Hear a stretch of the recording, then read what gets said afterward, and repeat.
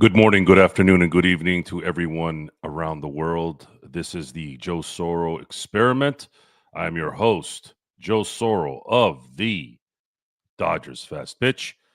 And today we saw a nice early game. Love early games because I get a chance to see my teams play, especially when they win like they did this evening. And I get to party the rest of the evening with my friends, with colleagues, with strangers. Doesn't really matter. Dodgers are in Philly. Unfortunately, lost yesterday in a close game, and I'll get to that in a minute. But today, Roki Sasaki showed a little bit of improvement from the last outing. I say a little bit as a kind of like a joke, but pitched 4 innings plus. I know in today's game, it's different than it was maybe even 5-10 years ago. But Roki pitched really well for 4 innings in this kind of an environment. The fact that Philadelphia this afternoon or this evening, depending on where you when and where you were when you watched, was pretty much killing every fly ball out there. There were some that went out, thank God, because that helped the Dodgers win today. But that ball just seemed to just go whoop. I don't know. The baseball gods were like, nah, we'll let you have a couple, but Ohtani, nope. There might have been 2 home runs if they were not in Philly this weekend for Ohtani. The one that Kike hit as well, what could have been maybe a second one, that one died out. But the two that didn't die out were the two biggest ones. Of course, was Kike with a 2-run homer. I believe Muncy was on that one, and props to Muncy. Had a really, really good game today. Had 3 hits, uh, 1 double, I believe it was 2 singles. So props to Max. Some of us out here are patient enough to understand that baseball is hard, and sometimes guys get into slumps. And I'm going to talk a little negative before the night is over, just a little bit on Dodger fans. So stay tuned to that. But Roki pitched 4. I thought he pitched 4 really, really good innings. If the Dodgers had scored a little bit more before the fourth, I think he probably would have been able. I think Roberts would have been able to kind of keep him to the fifth, so he can maybe earn the win. But unfortunately, in baseball, you have to pitch 5 innings to qualify for the win. He didn't get the win. Band ended up getting it because he was the next pitcher in, but he did help in this win, and there was no doubt on my mind that he was going to pitch well. And I had a really good feeling he was going to pitch well today. This is almost a redux in what was going on with Yamamoto last year. Yamamoto actually started out worse, and there's this constant "what have you done for me in the last 15 seconds" culture. I don't mind the last week. I don't mind the last month. I kind of sort of get that, but this just the impatience of morons that are out there, and this includes a lot of Dodger fans in the development and in the pressure of what's going on. Roki came in today, pitched well, and circumstances always dictate. Baseball is very hard. Baseball has so many different angles on how a game can go, and a lot of times it's not even the pitcher's fault, even though things don't go well for the pitcher. Case in point, you look at Snell. Apparently, Snell in his last outing did not pitch well, right? And I'm sitting there, and I've watched every game this year, even the spring training games, right?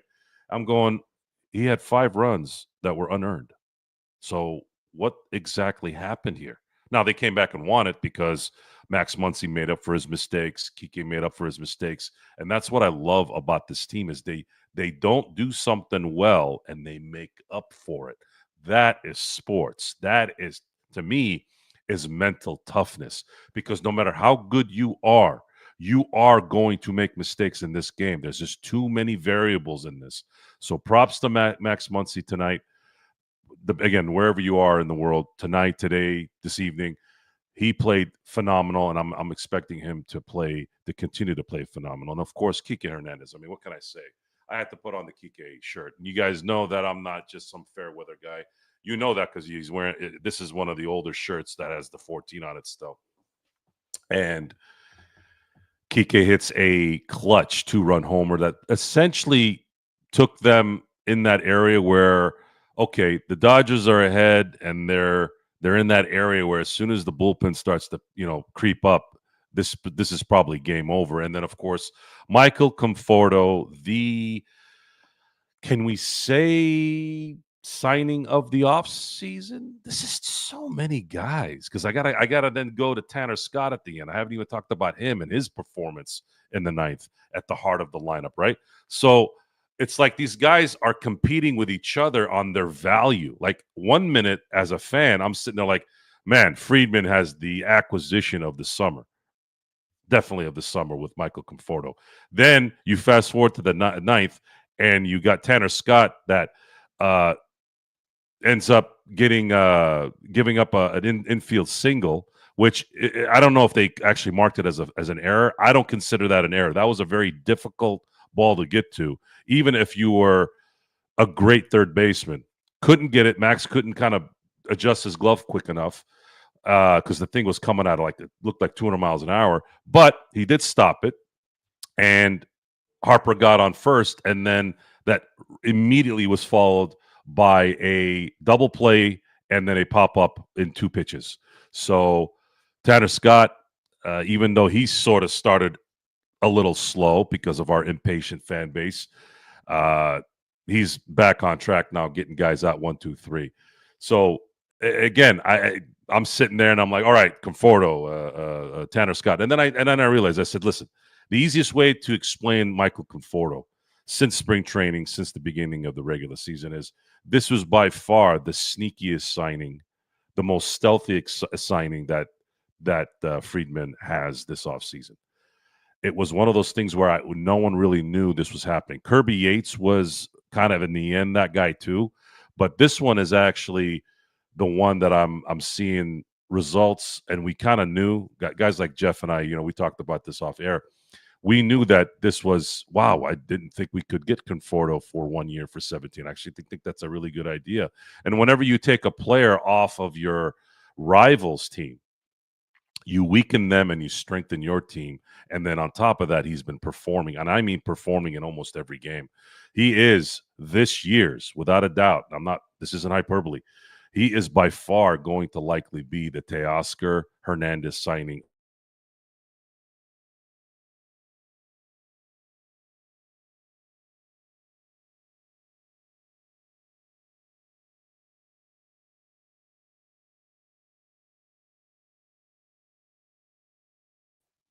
Sorry, my screen was blanking out. But he's this year's Teoscar Hernandez on the left side. And that is a very, very dangerous. That's just a dangerous. Uh, that's just a dangerous item to have in this already brutal lineup that the Dodgers have to put out there for the opponent. Uh, I'm still on here, BC. Am I still churning? There's something wrong with the hardware in my setup here. I am getting new hardware, so I thought it was the internet, but it's not. It's actually the hardware in the stuff I have here. So that will be fixed soon. I got my green screen stuff on, so I have to set that up as well. So they'll see you guys will see some changes in the production value of the show as the weeks go on. But yeah, it's what can you say? They're 9-1. I was upset a little bit yesterday, but not too much. The Dodgers are not gonna go this year without losing a lot of games. When I say a lot of games, is if this team loses 50 games, that's a lot of games. That means they're 112 wins. So, Dodger fans, I want you guys to open up your ears a little bit here. And again, I'm not talking to BC, I'm not talking to Search, I'm not talking to Sports Baby, I'm not talking to Aaron, I'm not talking to you guys. I'm talking about the abhorrent fan base that seems to just talk out of their butts the second someone has a bad swing or a bad play. And I'm talking about one, I'm not talking about 10, right? It's like, dude, relax. It's baseball. How long have you been watching baseball? How long? This is not one of those games where you have Tom Brady throwing 3 touchdown passes. Hell, that even hadn't happened until like the last 15 years in football. So you're so spoiled with star players or good players always coming through game in and game out. This is not that sport. And it'll never be that sport. And you'll never, at least not in my memory, ever going to have 1 through 9 raking at the same time. You're going to have three that are killing it, three that are doing all right, and then you have three that are probably in some kind of a slump or not hitting well. Get over this. Let the game play out. Let the season play out. Guys are killing Pages right now. And yes, he has not been playing well. Yes, he's not actually had a bad play today, not letting Teoscar get that fly ball because Teoscar had the momentum on his way so that I think it was Real Muto was tagging up at second. If he had let Teoscar get the ball, he would have had the momentum to probably keep Real Muto at second instead of tagging up. But these are things that happen, folks, when you haven't played a lot. Pages was a rookie last year. He didn't play a lot. This is the first year Pages is playing as a regular. Can you give the guy a break? You can criticize, but right away, we need to find a replacement for Pages. Relax. This isn't an Outman situation where every time Outman's at the plate, he's striking out after 3 pitches. This is completely different. Let him work through it. Give him a shot.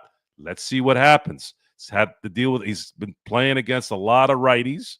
I mean, there's been some good lefties so far to start the year, but let him get hot at least. Let him get going. He at least works the pitches and gets foul balls a little bit instead of just straight striking out like CT3 and James Outman. So let him give it a break here. The Dodgers are not in a bad position here. Let it play out. You're not going to have an all-star at every damn position, folks. Relax. Just relax. And I wanted to make that a point because it's just getting tiresome just watching stupid people talk, and we need to take it upon our duty as Dodger fans to tell other Dodger fans to stop being idiots, because usually it's the other way, right? You're always trying to support your team by talking about the opposing fans. No, I don't really worry about the opposing fans. I really care about them. Dodger fans, appreciate what you have.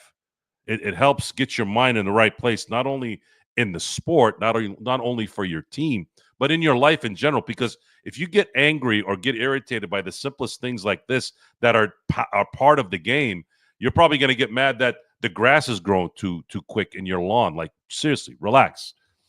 Another thing I wanted to point out today, middle relief. Is it just me, or is middle relief better than it was during the playoffs? I know the playoffs were pretty badass, but my God, these guys are going 1, 2, 3 more than that's pretty much what you expect. It's just like everything's 1, 2, 3, 1, 2, 3. I mean, Vesia, even when it's not, like the Vesia inning where he ended up walking the third batter and then striking out the fourth guy, like he had that pitch. It's just, he just missed it by a little bit, right? Like if they're not getting 3, it's like they're barely missing it. So props to the freaking bullpen, man. Guys like Dreyer, guys like Vesia that haven't missed a beat since last year.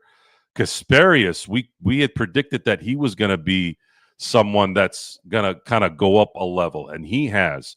And then watching Tanner Scott just mow down two batters with 2 pitches. My God, that was so fun to watch. I know a lot of that is can be sort of luck, but not really. I mean, he grounded to Mookie, and it was to Edman for a double play to Kike. And by the way, Kike, props to Kike. There's been some balls going his way on a lot of those double plays and a lot of those grounders, and he's been picking them up, even though there's been some gnarly bounces there. So you see, here's the thing with Kike. Another thing to remind you, Kike couldn't pick up a bounce from Muncy in that last Atlanta game. And since then, he's been getting every one of those. Matter of fact, last 2 of them were actually worse than that one because they were still at an angle on either the second baseman was getting the grounder or was a double play coming his way. Made amazing catches for a guy who doesn't play second base every day. And by the way, he's 5'8", and he's been stretching out like crazy in those catches. So props to Kike, not only for being as clutch as you can be, the Robert Horry of the Dodgers, but playing excellent at first base. Props to Kike. Props to Muncy for bringing his bat today. Props to the Dodgers. Props to Dave Roberts and everybody. It's a very, very good time, man. The Dodgers are 9-1, and they're not probably 10-0 because the umps don't know what an inconclusive call is. I mean, for all we know, had Chris Taylor been called safe like the damn umpire on the field saw, and it wasn't conclusive that he was tagged on the replay, maybe we're sitting here 10-0. But the Dodgers again are gonna likely lose at least 50 games this year. So I want everyone to kind of understand what that means. They could be the greatest sports team ever too. They could end up winning. I don't know what would the record be if it was. They might just lose 40 and win 122. Sure, hell, 132-30. They might do it. You know, there's anything with Luka coming to LA for the package they sent. Anything is possible, right? But it's not likely. Okay, it's not likely. It's very likely that the Dodgers are going to lose at least 50 games during the regular season, and that's a lot of games. So temper your expectations. Stop trying to put everyone to the gallows when they don't play well, especially young guys that are trying to come up, and they do have skills, and they're not deficient in areas that, at least not right now, deficient in areas that really create bad habits. At least Pages is a threat at center field when it's a short fly ball and someone's at third. People know he's got a good arm. Now, he had a bad angle. He made a bad decision today, but Teoscar made up for it for him. And that's a good guy to have there for him to back it up. That's the other thing I wanted to get to is that Teoscar throw to first for the double to keep from the Phillies to score. See, that's maybe why I'm not upset, because it ended up being a 0 score through all that. So to me, as long as it doesn't cost the team a win, I don't care about the mistake. Learn from it. You didn't have to deal with a run scoring there. Make sure you do better next time. But Teoscar with that throw, it wasn't the World Series throw to get Stanton out, but man, that kind of throw in a game like that could be the difference. We'll never know, but that could be the difference between winning that game and losing that game. We just don't know. We'll never know, and I'm glad we will never know. Dodgers won, baby, 3-1.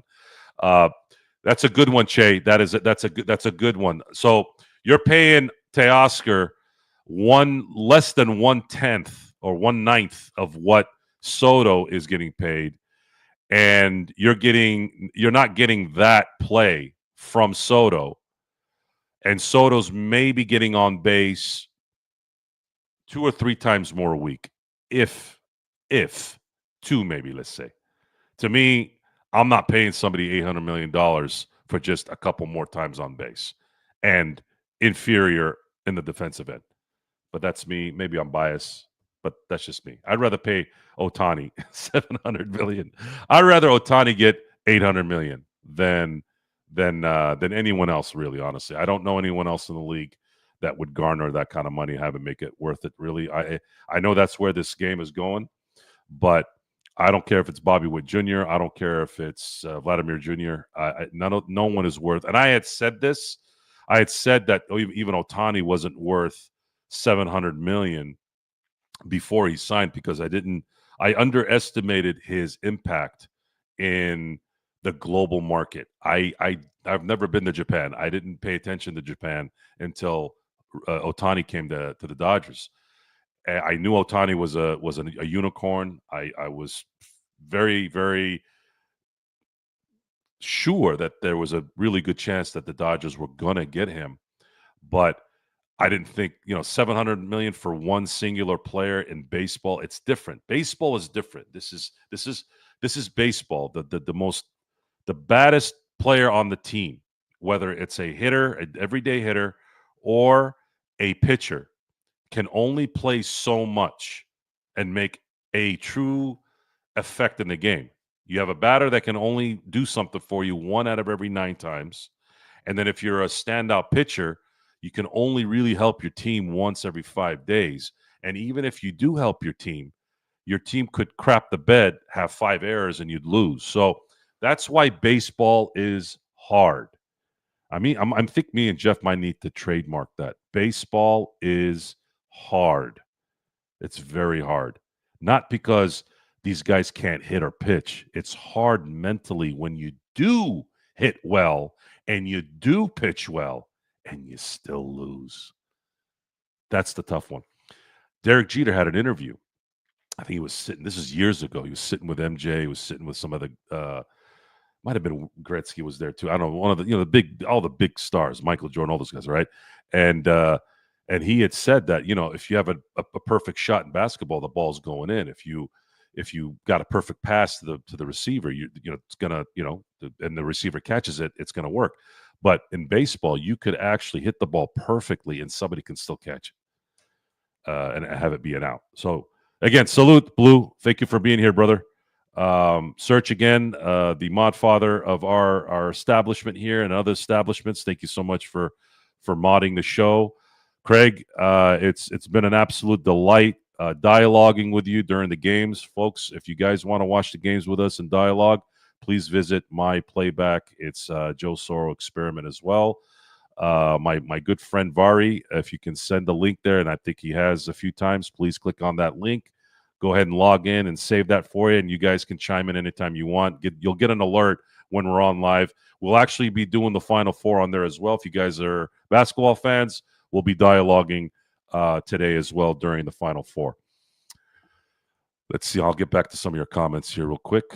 So, Aaron, my guy, Eric. I mean, Aaron, are you ever not exactly where you need to be when I need some information? Thank you so much.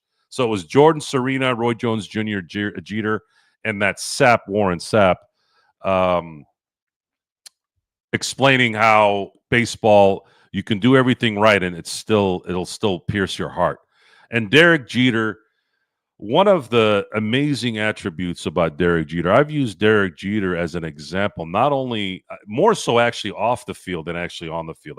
I never talked about him as much as I did off the field because I admired how he made his decisions off the field so much. I forgot about his amazing Hall of Fame career. But I'm gonna wax poetic his mindset on the field for a minute, and then I'll get to a little short, off the field thing with him. He was mentioning again how baseball is likely the most humbling sport you can have. No matter how good you are, no matter how much you think you can help, you can do all that, and it might not be enough. Now, the thing with Jeter is he is truly a winner. Like that guy did not care about anything other than winning. And you could see him in interviews 20 years ago, 25 years ago. You can see it even last year during the post-game shows with the New York Yankees broadcast, and or I should say the Fox broadcast. You could tell, even though he wasn't on the team, he was always a Yankee fan, and it really bothered him that they lost. And he's one of those few guys that even if he's kind of talking out of term, because he's probably more emotional than thinking straight, you gotta let that slide. You gotta respect it because he is truly a fan of the Yankees, and he really wanted the Yankees to win. He cared about winning, and that's all that mattered. And and he executed it. He always came up in big games countless times, and he was a great teammate. Other than Mr. I guess if you ask A-Rod, maybe not to him, but A-Rod was the dumbski in that whole thing. But as far as him and the Tino Martinez's and the Scott Brociouses and the Bernie Williams and Posadas and all the Yankee greats of that time, Rivera, those guys were tight, and those guys loved each other because you had this camaraderie that was led by the captain, Mr. Derek Jeter, and it was camaraderie and it was about winning, and they did a lot of it in his career. So props to the winning mentality. The Dodgers seem to, as a team, adopted that, and they've already delivered in that, and they're going to continue to deliver, and we're all going to be here to witness this. Props to Jeter too, by the way, for what I usually like to brag about. I go, anytime I look at someone's career in sports, I said, listen, a lot of these guys make so many stupid mistakes. They marry the wrong people. They get caught doing the dumbest stuff. Dude, just when they should have a manual that says "The Way to Do It" by Derek Jeter. Derek Jeter did not get married during his playing career, and he dated the hottest famous people that you can probably see: the Minka Kellys, the Mariah Careys, the Jessicas, the Beals, the Albas. Just nothing but pageantry in terms of his selection there, right? And why that's a smart way to go is you're not likely going to get caught up in some scam with famous women, right?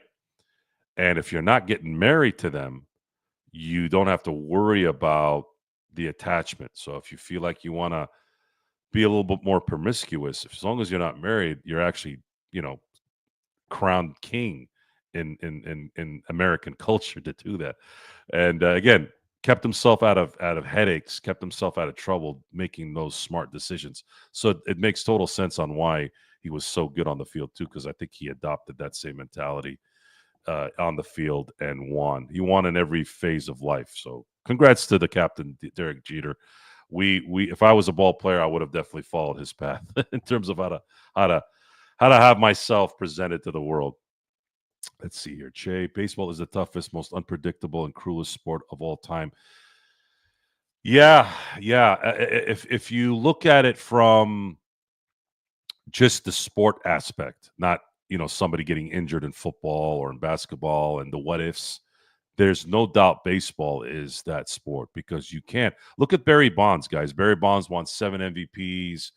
Uh, was arguably the greatest baseball player that ever lived, and he did everything in terms of baseball to its highest level. I know he did stuff there towards the end, but I'm talking about even before then. He was still a 3-time MVP. Like he had baseball figured out, and as good as he was, he only had a few chances to win, and that's not just management not putting forth a team. That's just how things play out sometimes. Look at Mike Trout and Otani for 6 years in Anaheim. Not one playoff appearance. To the two best, you're talking about Kobe and Shaq in their primes. Imagine Kobe and Shaq in their primes. I'd say 2001, 2002 was when Kobe's prime started, and Shaq was I'm in his prime, right? Like that's when they really met.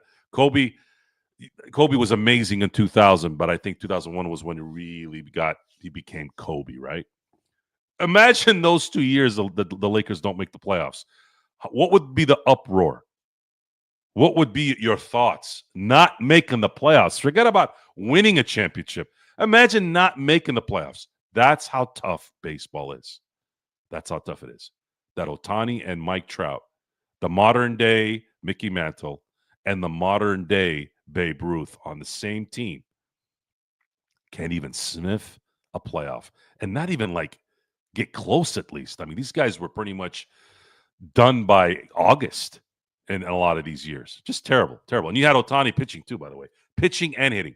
At least with Babe Ruth, he pitched and then he hit later. Now, he did on occasion hit and pitch at the same time, but it wasn't like a full season where he was pitching and hitting. Only Otani's done that. So just an amazing future here, near future of the Dodgers. We're talking April, we're talking May, we're talking June. The Dodgers are locked in, folks. They are locked in, and we're going to be here locked in to watch these guys play. And I can't wait to continue to watch every game. We're already 10 games in, so that means we have another 152 to go. Che, San Francisco Giants were 9 outs away from a World Series title in Game 6 in 02, was 5-0 lead in 7th inning and blew it versus the Angels. Barry would have been the World Series MVP. He was. That was his best run there in his career in the playoffs. Before then, he was kind of not good in the playoffs. Him and Roger Clemens were amazing in the regular season in the 90s, but they were terrible in the playoffs when they were in the playoffs. I remember that game, Che. It was Dusty Baker. I can't remember which pitcher he took out, but he took the pitcher out and then gave him the game ball as if that was going to be the game ball. arrogance came and slapped Dusty in the face on that one. That was a horrible, horrible decision. And giving any team, especially that Angels team in 02, they had this like baseball god power that year. They called it the rally monkey. They had this monkey that was dressed as an angel gear or whatever. So the rally monkey, they were always coming back that year. They called it the rally monkey. The fact that he did that in the 7th, if he wanted to do that, he should have done it in the 9th when he was getting, or 3 outs left, not 9. But yeah, that was a bad call, and I remember it vividly. I'm like, Dusty, you probably just cost your team the World Series, and of course it started dwindling, and then it went away, and then bye Giants. Giants did come back in Game 7 and score first, but that was it. After that, they were toast, and the Angels ended up winning the championship. And for a Dodger fan, I was actually kind of happy because I don't like the Giants. 2002 Barry was ridiculous. Yeah, he had 224 walks in 2002. That was the year he had, or was it 04? Aaron, what was it 04 or 02 where he walked 224? I think it was 04. I think it was 04. Check that for me, will you? Rangers. Oh my God. Ugh. Man. David Freeze's pop-up. My God. I don't even know what to say. I don't know how a player can you want to talk about baseball being brutal. Who was the right fielder? I totally went blank on that one. Who missed that? He absolutely misjudged that pop-up like really, really bad. And 1 out left. That's all they had left. They get that pop-up and the Texas Rangers win the title. I'm trying to think who was the guy that missed that. I need you to find that one too again, Aaron. But that one might have been more brutal than the Giant one. At least the Giant one progressed. That one was just 1 out left. That 1 strike left. They had 1 strike left. 1 strike for a World Series. Who has ever lost a World Series? I'd have to look back to all the World Series since 1903. Let me see here. Hold on. Who missed the catch on David Freese pop-up? Hold on. This is driving me nuts. That's who it was. Nelson Cruz.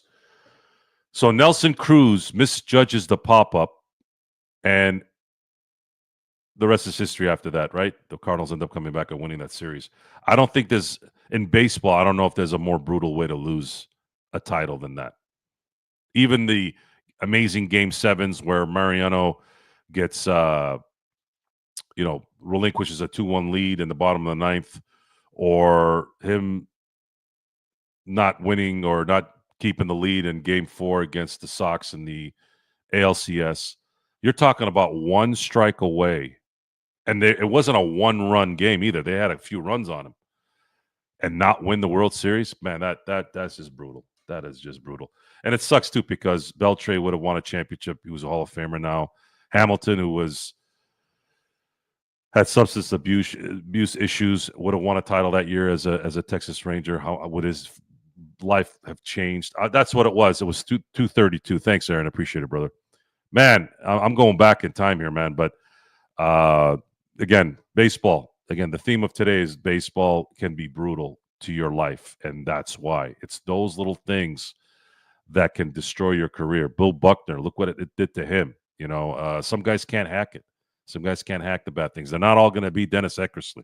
Dennis Eckersley, after serving up the Kirk Gibson home run, was by far the most humble, the most well-adjusted baseball player that had been struck by baseball tragedy that I've ever seen, that came up and said, hey, he hit my best pitch. And he did, man. He did. 3-2 backdoor slider. Kirk Gibson literally hit that ball out with one arm, stretching for it with no leg power. Why would Dennis Eckersley be upset? It was a good pitch. It was a good pitch that he should have swung and missed. based off what his physical situation was. But because the scouting department, because preparation was there, Kirk Gibson was able to anticipate where that ball was going, and he was able to get it before where he would have to guess off the hands being pit, off the hand, off the ball going off the hand, whatever. So, there's those stories are there. Some can handle it, some can't. And as far as the Dodgers and what the quality of what's coming here is concerned, the Dodgers know exactly who they are. They know who they are. And every one of their regulars are doing exactly their job.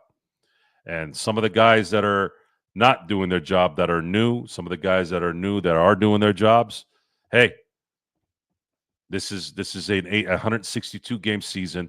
This is what is expected in that process. And I implore Dodger fans to enjoy the ride. How often have the Dodgers or any team started out a season 9-1? I don't remember. Not even one team that started 9-1. I'm sure there has been. But 9-1, guys, these guys are winning and they keep winning. And they had just won last year. A team that continues to get better after winning, because there's always complacency usually after a win, especially in baseball, because of how hard it is. But these guys have not been complacent. Dave Roberts is still calling timely changes at the mound, putting in the right guys in really good situations to pinch hit. I mean, there's nothing here that's being done that's not just coherent and on point. So I'm looking for the Dodgers to come out tomorrow on an even earlier game.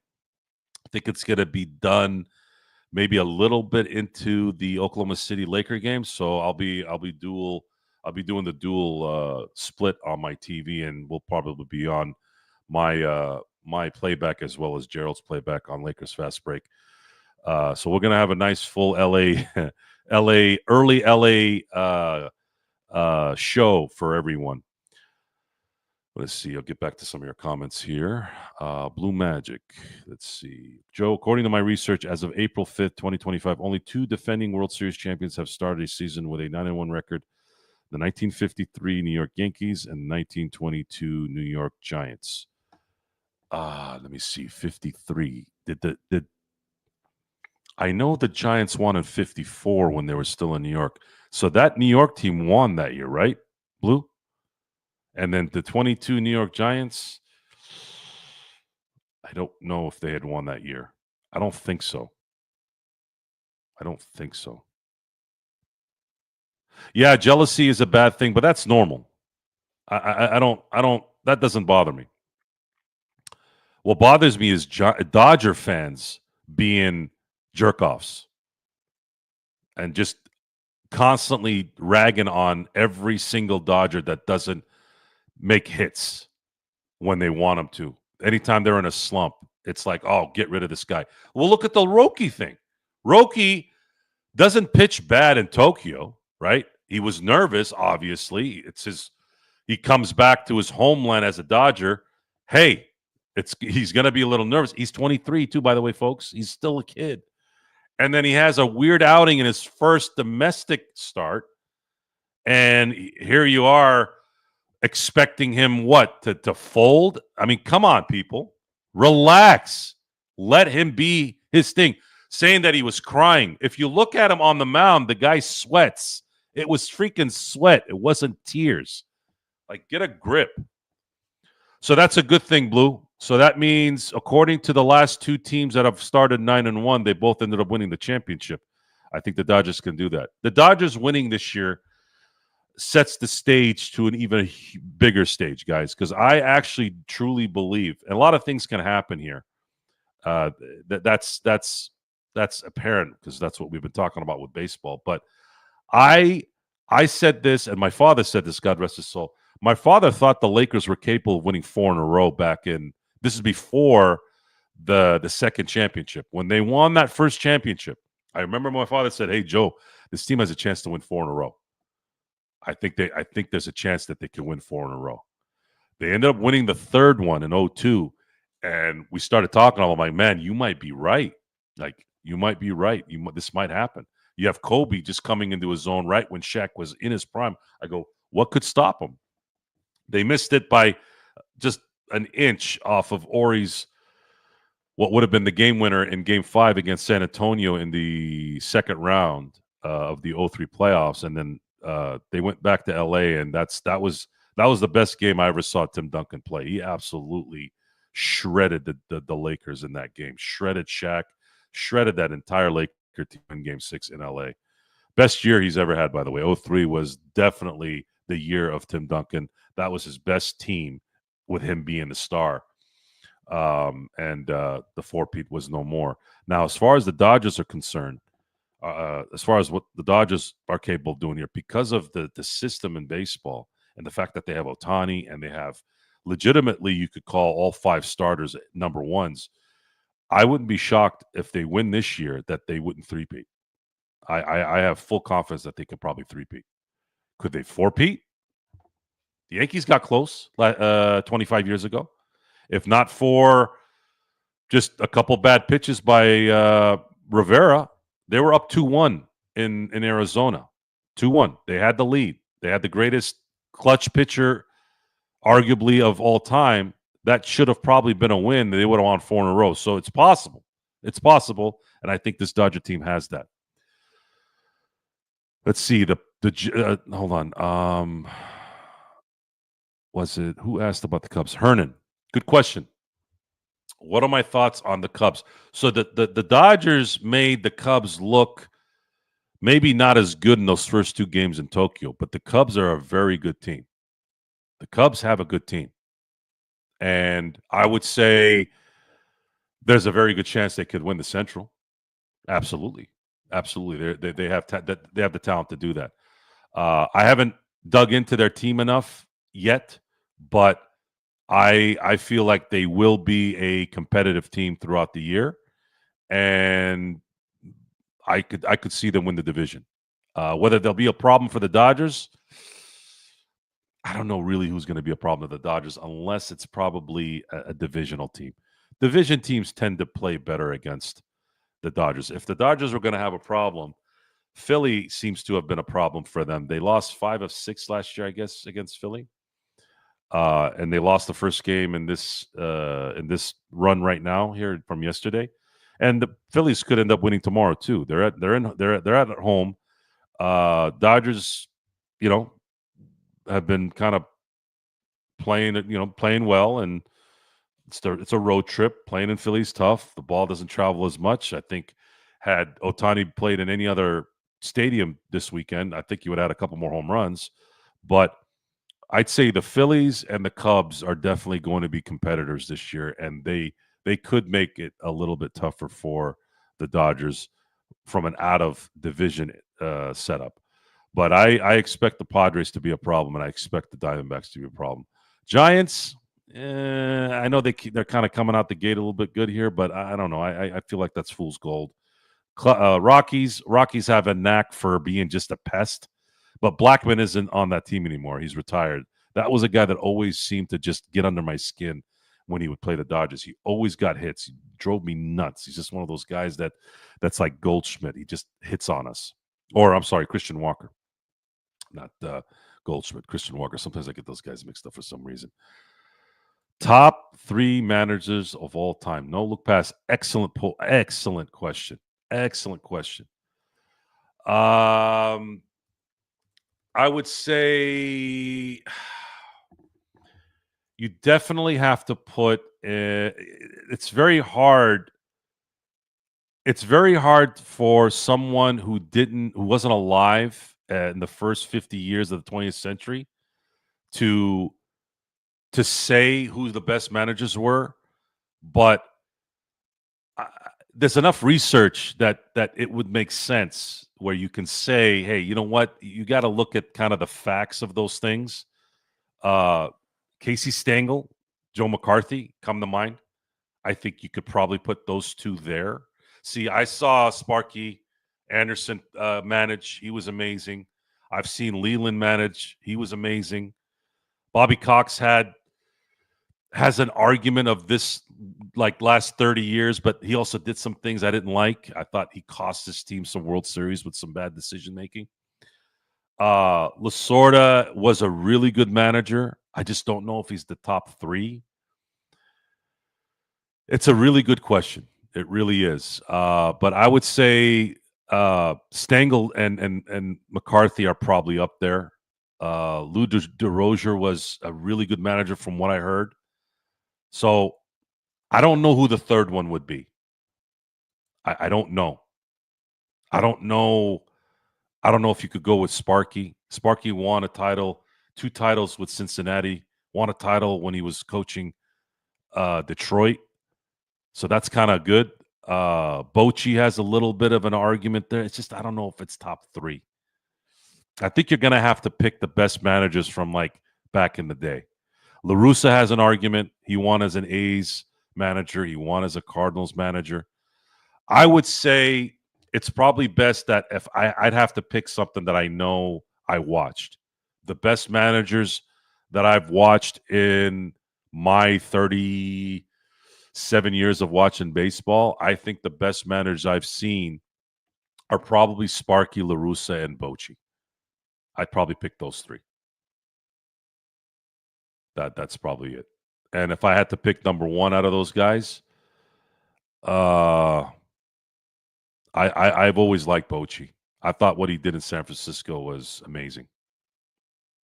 They had talent, but it wasn't like the Big Red Machine. It wasn't like having McGuire and Canseco and Ricky Henderson and Dave Stewart and those guys. You know, I mean, you had the ultimate like stud in Buster Posey, and you had the Crawfords and the Pences and the Lincecums. You had those guys and the Bumgardners, but I mean, you're talking about those guys were amazing ball players. Posey is a Hall of Famer, obviously, but then they still weren't those, you know, the Big Red Machine guys. So I think Bochy won a lot more with maybe not as star-studded players, and he also won in more than one place.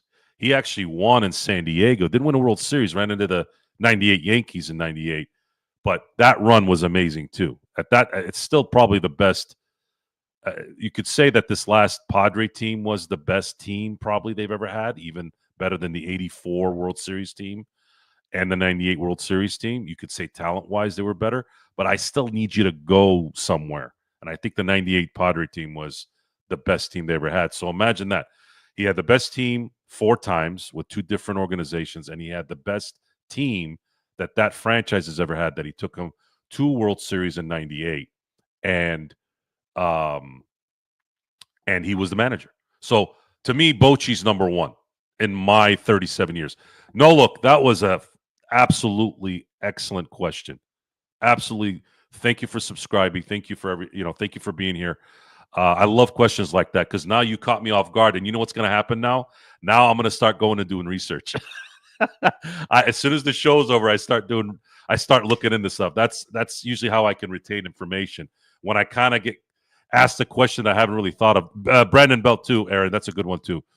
When you start to get those unknown juices flowing, I start to get very determined to knowing. I want to know those answers right away, and when I get thrown off, I appreciate that because now I'm like, oh, good, there's something I don't know that I can go learn. And usually when that click happens, where I'm like motivated, I remember the stuff very, very well. Hernan, Joe? What's for dinner tonight? That's a great question. That's a great question. I have no idea what I'm eating tonight. I ate everything this week: wings, pizza, home cooked stuff, family food stuff. Last night I had Jersey Mike's because I had no idea what to eat. I had my wife buy the sandwich like around 4:00 because I knew I was going to eat like later that evening, and I didn't want to think about it. I didn't want to think about going because obviously the game was going on. I didn't want to have to think about going somewhere and eating late. I just didn't want to eat late. But I'll tell you guys, visit us. We're going to be doing the Final Four on our playback. It's the Joe Soro experiment on playback. We're gonna We're going to be on there for the final 4 games, and I'll tell you guys what I'm eating as soon as dinner comes in about an hour or so. Let's see here. Aaron, another great topic would be best non-Dodger MLB games you've seen in your lifetime. Yeah, Aaron, this is so baseball. What's great about baseball, and this was the ultimate motivation for the show. It was, to do the Dodgers fast pitch. The only variation that I had to kind of adjust was I was told by Jeff, he's like, dude, you have to have your own show though. Don't pigeonhole your stuff, because you're going to want to talk about Lakers. You're going to want to talk about other MLB games and teams. You're going to want to talk football, which is what was my first love, right? And it still sort of is. So we're sitting here, dialoguing about other things instead of just one thing, and I think that's important. But today, the Dodgers played, the Lakers didn't. The NFL season's not going on, so it is the Dodgers Fast Pitch show on the Joe Soro Experiment. BC. I got a funny story about that game. So I was in the fraternity at that time, a year before I graduated, or at least finished my coursework. And it seemed like both World Series Game 7s, it was the 0-1 and it was, what was the other one? The 0-2. Both World Series went in the 7. And they both were on Sundays too. So we always had our chapter meetings on Sundays. And I remember that evening, Game 7's going on, and we have a damn chapter meeting. I'm like, so me and my buddy are kind of in the meeting, and it wasn't an important meeting. It was just a usual Sunday meeting. And we're like, hey, I got to go to the bathroom. And we'd go and watch a little bit of the game and then come back, and we would kind of like switch off, me and my buddy Andre. And then finally, I come back in. It's like probably maybe the 5th or 6th inning at this point, and the game is pretty close, right? Like it's becoming a classic. And then finally, we raise our hand. I'm like, hey guys, can we please like table this until like maybe an hour from now, or can we just do it next week, or maybe even tomorrow? Like, dude, the World Series is going on, and it's Game 7, and luckily we were able to get out of there right in time so we could watch the last couple innings. But it happened again. Like it happened again for the Angels Giants World Series that went 7. I'm like, what the hell is going on here? Why is it every time there's a Game 7 with the World Series, we're in this damn meeting? Like, can you guys just feel the earth a little bit more, and know that you can't miss these moments? And not everybody gives a damn about baseball, I guess. But 0-1, at the time, I wanted the Arizona Diamondbacks to win because I didn't want the Yankees to continue winning titles. Now, at that point, it was too late. I think it was too late. The Dodgers only had 6 championships in their time, and up until then, the Yankees had 26. So they were never going to catch them, but I didn't want them to keep getting more. And that's kind of how my brain was at the time. I didn't dislike the Yankees. I didn't like the Diamondbacks. But I wanted Arizona to win. And, Luis Gonzalez hits that little, I call it the ground ball blooper in the middle, and the rest is history. It was a phenomenal series. Scott Brocious hitting a game winner late in the innings. Kim, I can't remember his first name, but Kim blowing 2 late inning lead with the lead games in New York. That was the year of 9/11. Everybody was kind of trying to cheer for New York to kind of pump up the atmosphere of a tragedy that the biggest tragedy we've had since Pearl Harbor. And everyone thought, oh, the script is coming together, and we're all gonna see that the Yankees win 4 in a row. And even then, there wasn't a lot of three-peat terms because of Pat Riley's copyright ownership. You didn't hear that the Yankees had three-peated. That wasn't something they talked about. In 4-peat, they didn't even talk about 4-peats. I don't know at that time. I don't remember it, but they were one half inning away from 4-peating. And it happened to be one of the best World Series I've ever seen, and it could be probably the best when you factor in all the drama that happened throughout that. The 91 World Series with the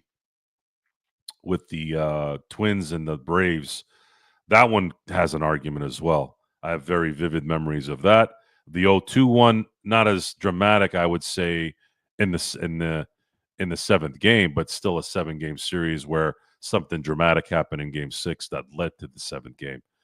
The freeze game against Texas, that was a heartbreaker for Texas. That was a good one.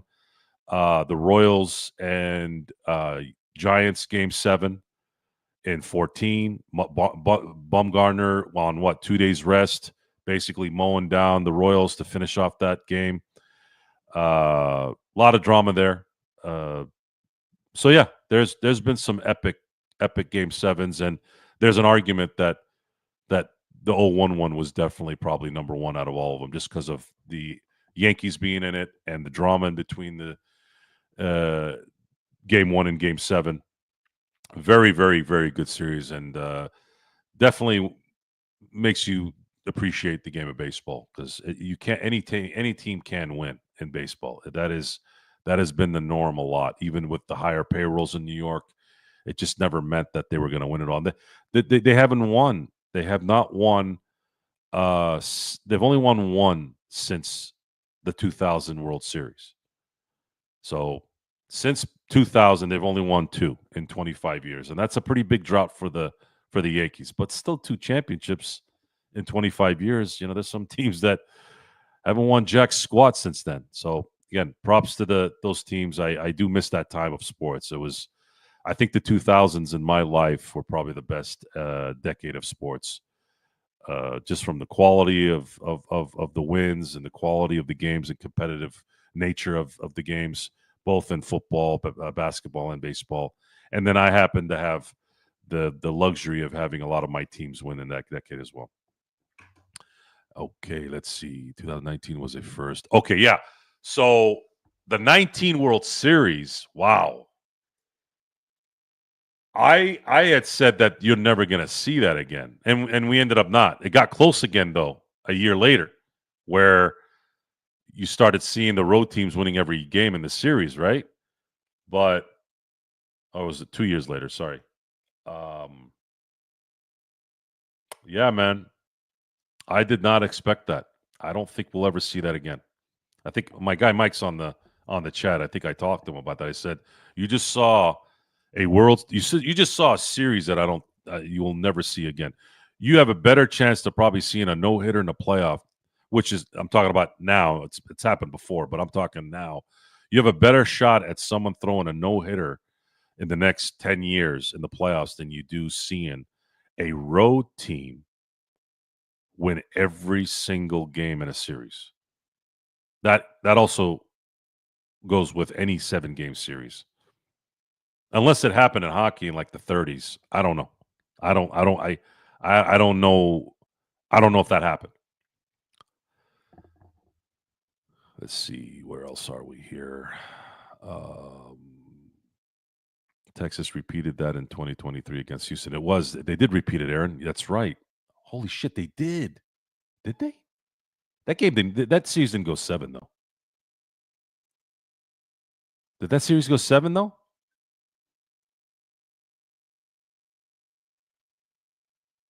They won all 4 games in Houston. Why am I drawing a blank on this?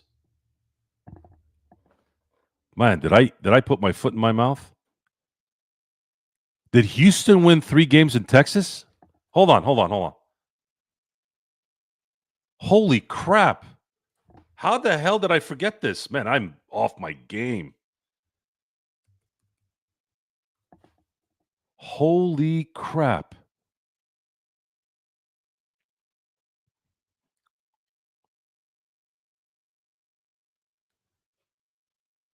Yep, you're right. Forget everything I just said the last 5 minutes. Don't ever listen to me, guys. Don't ever listen to anything I say. Wow. I could not remember if that happened again. Wow, that's crazy. That is, imagine being a Houston fan. God help me. But imagine being a Houston fan and losing 2 series like that without winning a single home game. Couldn't happen to a more dirtbag organization, by the way. Screw the Houston Astros forever. That's what you get. Yeah, never listen to Joe. Never listen to Joe. Right now, I'm beyond the eight ball right now, man. That was a bad mess up. I thought I was off my game with the managers of all time, but that one was a bad one. That one was a bad one.